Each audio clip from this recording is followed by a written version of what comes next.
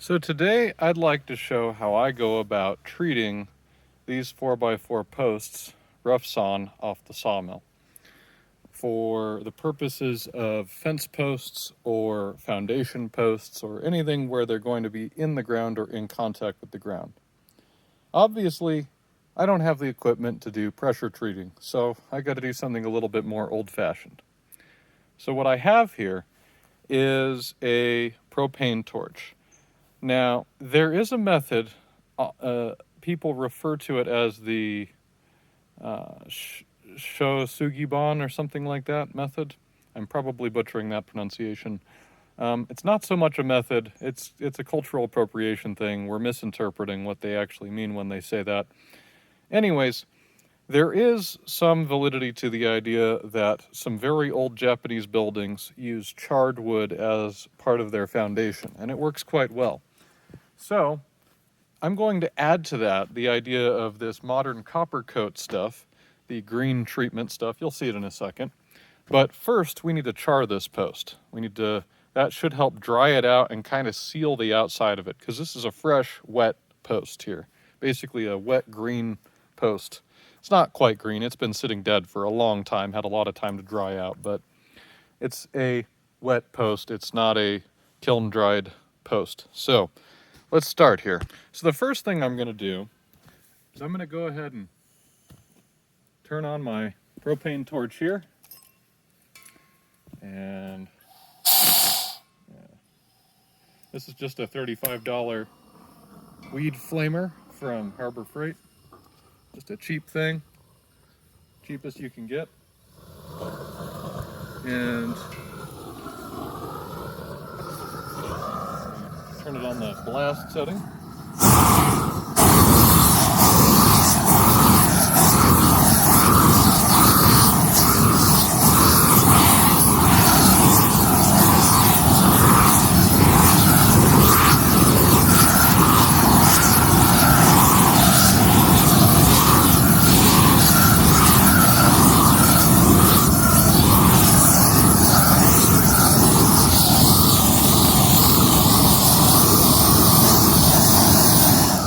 I'm going to do this until the whole entire surface of it is lightly charred. So it'll take a few passes probably to get it. I'm looking for about this consistency.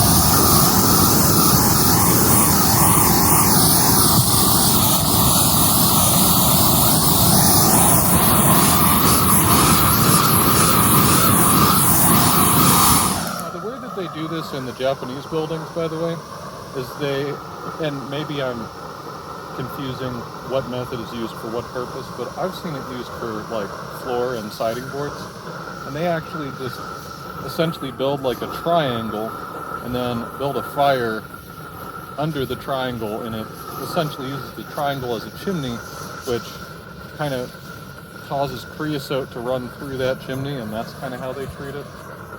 I don't have time for all that, and I don't really know how the technique works, so I'm just doing this with the tools I have available as a Westerner. I don't pretend to know the right way to do this. I've seen a lot of videos that claim that this is the right way to do this. I don't think it is, but I'm pretty sure it'll still work.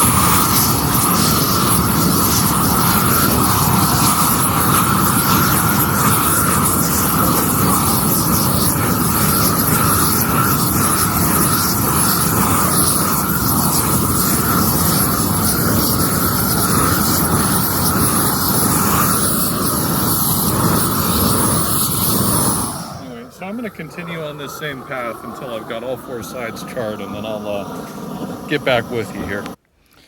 Okay, so now that we've got this, sorry if you can see my shadow there, but now that we've got this thing pretty thoroughly charred, I'm going to go ahead and sand off any of the powdery char that ended up on it, just to give it kind of a nicer finish. I honestly don't know how necessary this is, but I'm just going to go ahead and do it. It seems like a good step to take, since that should help the copper coat adhere to it better. So that's our next step, is sanding this down. So yeah, I'm just going to use this sander to help out with this process.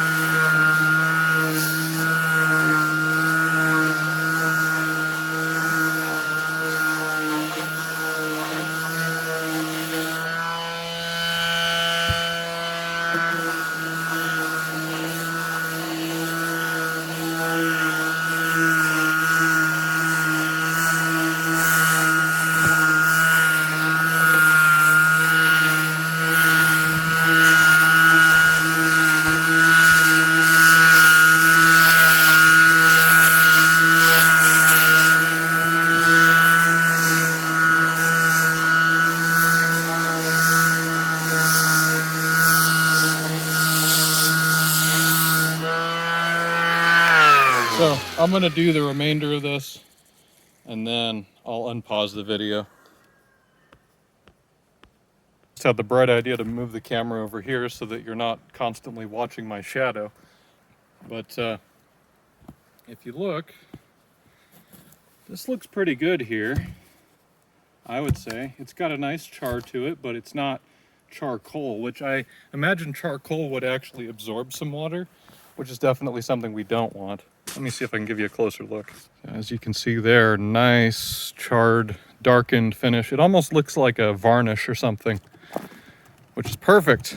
That's what we need. So now I'm going to take it over to my copper coating station of sorts. All right, so here's our freshly charred wood. You can see I've got a couple of other posts underneath there that I've already painted. So I need to get some gloves on and then I can paint the copper coat onto it. And in case anybody was wondering what I'm talking about when I talk about the copper coat, it's this stuff right here.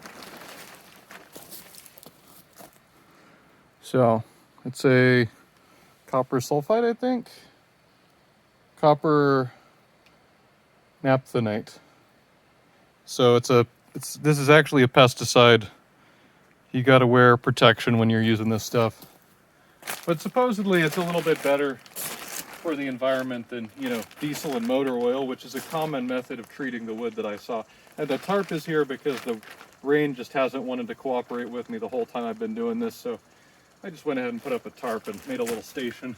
Hopefully I can get all of the posts that I'm going to use for the whole house, not just the front porch, done here. And then I won't have to keep this tarp here very long because I hate having a tarp up like this. I mean, it's one thing to cover something with a tarp, it's a whole different thing to use it for a shelter. But our storage tent is completely out of space, so I had to do something. Anyways, so all you do here is just paint this stuff on. And obviously I may come back and do a second layer. I think you're supposed to do 2 coats of this stuff. It darkens the wood right up, and then supposedly it kind of turns more of a green color as it dries. Although so far all I've seen it do is turn kind of black or brown. But just gonna paint all this surface, and then I'm gonna rotate and paint the next surface and paint the ends and just do all the surfaces like that. And then we're going to give her 24 hours to dry. And we should have a finished product, which can then go into the front porch. So the purpose of these posts, at least, I have 6x6s, I'm going to do the same way. But the purpose of these ones is for our front porch. We're going to have a wood post foundation that's going to be sunk into the ground a little bit. I'm going to put lumber wrap around the upper 6 inches of the post, so 6 inches coming out and 6 inches going underground because that seems to be a vulnerable area. I'm just going to wrap it with lumber wrap, which is basically Tyvek. It's this same material that this tarp underneath everything is made out of. And hopefully that'll give me enough protection that this will last some years. Thankfully we are in the north, so we don't really have issues with termites in this area. Back in the southwest, this would not fly. You'd have to do something probably above ground, honestly, to account for termites if you wanted to do this type of foundation. But I think here we can get away with putting them in the ground. There's a bunch of old houses that are done similar to this, although I think they probably used creosote or motor oil or diesel or something.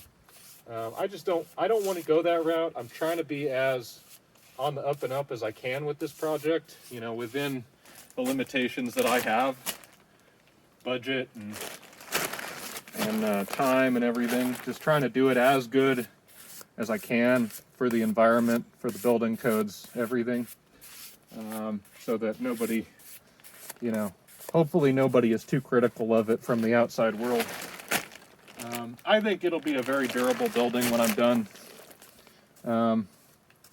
But yeah, I'm just going to paint a couple coats of this stuff on there. And then